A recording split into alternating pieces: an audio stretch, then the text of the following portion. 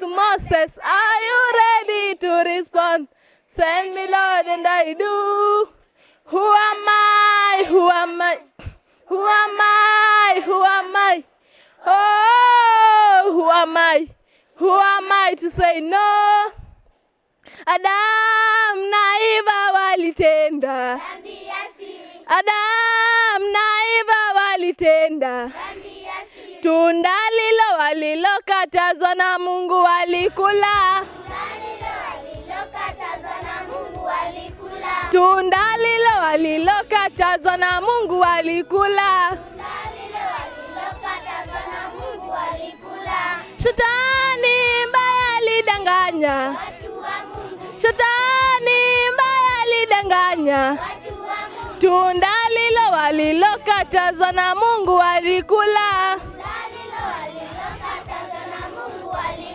Tunda lilo walilokatazwa na Mungu walikula. Adam na Eva walitenda. Adam na Eva walitenda. Tunda lilo walilokatazwa na Mungu walikula. Tunda lilo walilokatazwa na Mungu walikula. Adam na Eva walitenda. Dhambi ya siri. Adam na Eva walitenda. Dhambi ya siri. Tunda lilo walilokatazwa na Mungu walikula. Tunda lilo walilokatazwa na Mungu walikula. Tunda lilo